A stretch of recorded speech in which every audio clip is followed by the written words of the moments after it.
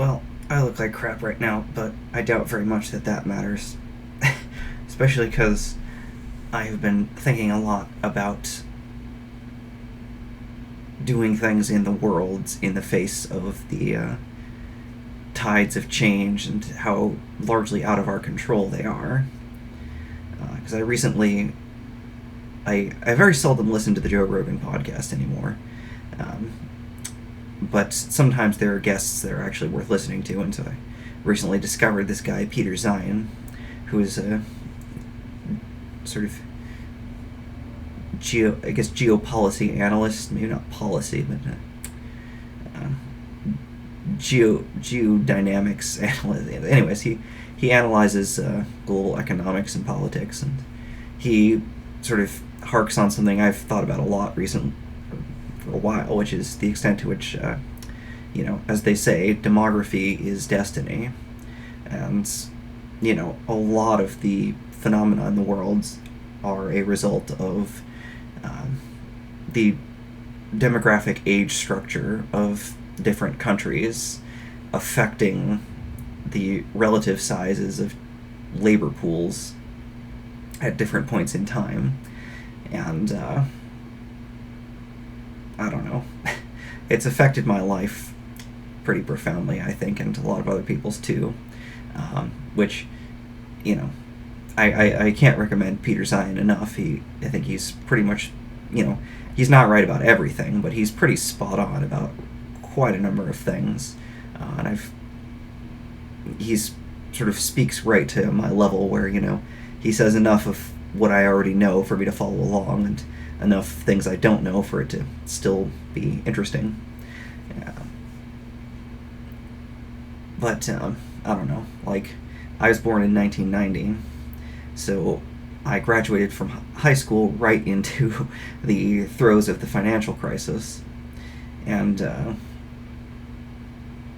I didn't enter the labor market right away, but then I did de facto enter it in 2012. I went and got a PhD, which isn't the same as the regular labor market, but at least in physics, being a grad student is, you're much more of an employee than you are a student. So I was employed outside of the private sector, but still. And it's remarkable I got into graduate school, in fact.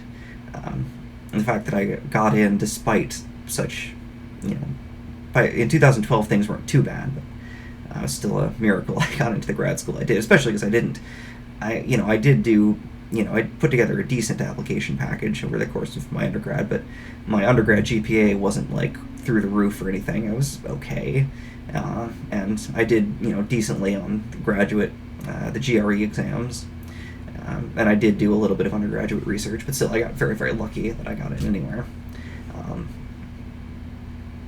And I don't know. Now taking a look at when it's difficult versus when it's easy to succeed in the economy in particular.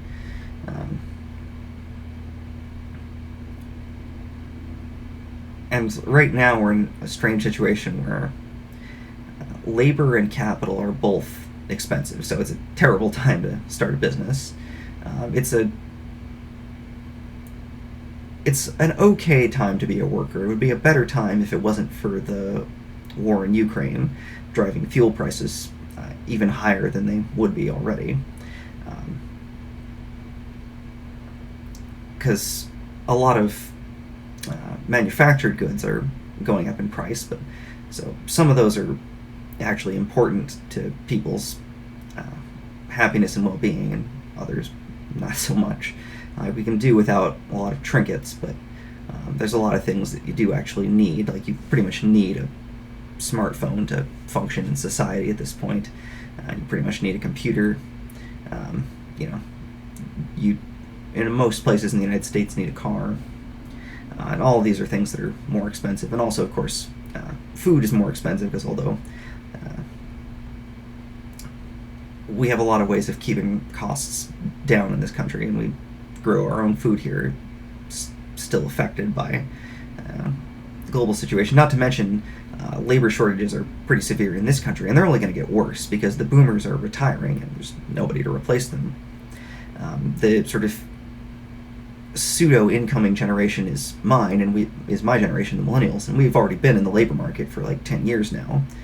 Um, you know, and the new generation that's just reaching working age is Gen Z. There's hardly any of them, and so as the boomers, a large cohort, the boomers, retire and gets replaced by a small cohort, the Zoomers. Labor is going to be more expensive, and the pandemic convinced a lot of boomers to retire early. And so I've been thinking then about how, like, basically capitalism is at its healthiest when labor is expensive but capital is cheap, because that is when people are encouraged to invest in labor saving technologies, which is how productivity can increase, and the sort of total availability to the ordinary person of goods and services can increase. And for pretty much my whole life, we've had either both being expensive or both being cheap. In the wake of the financial crisis, a bunch of government spending made capital very, very cheap, but labor was also very, very cheap because everyone was unemployed. And now labor is expensive, but capital is also expensive because the baby boomers are retiring and they're liquidating all of their capital in order to retire, right? Because they, capital being cheap means that money is available to put into the development of new businesses, and people essentially are buying stocks. Whereas now the boomers have bought a bunch of stocks over the course of their careers, and now they're selling those stocks to pay for their retirement. So that means that capital is expensive, and it's going to stay expensive. And there was during the 2000s when I was in high school, it was also a situation where it wasn't as bad as it was during the financial crisis, but labor was it wasn't particularly cheap, but wages weren't that high, and capital was fairly expensive, and although it was not too bad in the 2000s. And in the 90s, the only time when it was decently good was in the early 90s. There was actually a miniature recession. In the late 90s, there was a situation where wages were high and capital was cheap. And this was the golden era of the dot-com boom, right? And then the dot-com bubble burst, and September 11th happened, and so then you got another mini recession in the 2000s. Wages dropped, but without anything to make capital cheap. And so other than that brief golden era in the late 90s, we've either had cheap labor with cheap capital or expensive labor with expensive capital, but never the best of both worlds that you really need, except for like 5 years in the late 90s. And in fact, there's been some situations where we've had the worst of both worlds, where labor is cheap and capital is expensive. And so, I don't know. I kind of missed out on the last chance there was to really found any sort of tech company and have it do well. If I had skipped my PhD, maybe I could have gotten in on the very last round of when you could get this unlimited, where capital was readily available. Probably a good thing that didn't happen, because I would have lost my soul in the process. And I don't know.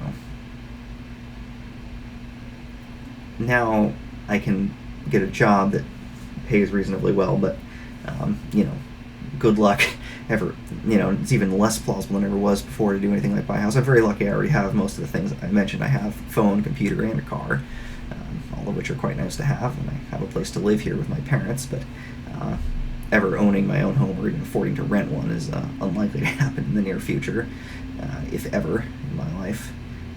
I'll hopefully move back out of my parents' house, but I don't think I'll ever be able to afford to buy a home. Even though I'm a high-skilled worker that can command fairly decent wages. But that's assuming I can be sufficiently not depressed by most work environments to actually participate in them. So, I don't know. This also, unfortunately, applies to more personal things, which I wish it didn't. It's like, I had a depressing realization several years ago that, like, the main reason I was able to find a girlfriend in college is because I went to a university that had about 60% female students and 40% male students, and that's why I was able to find someone. And then after that relationship, well, went south for reasons that were entirely my fault. Then I ended up attending a graduate school that had considerably more males than females in a city that has more males than females. And so I've unsurprisingly been, in addition to all of the issues that came with, myself, I have no idea what my gender identity is anymore. I don't even want to think about that whole rabbit hole of stupid culture war convolved garbage. I just want people to, I don't know, be reasonable.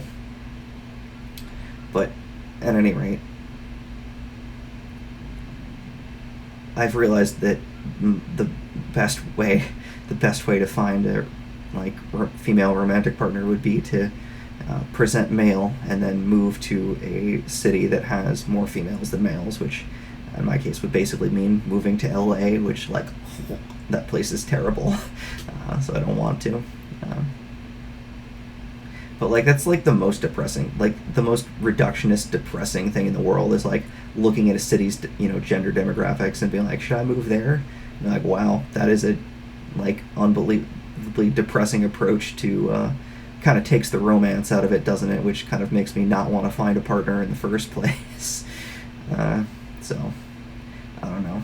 It's less depressing, although still depressing when I think about it with regards to just plain old simple economics.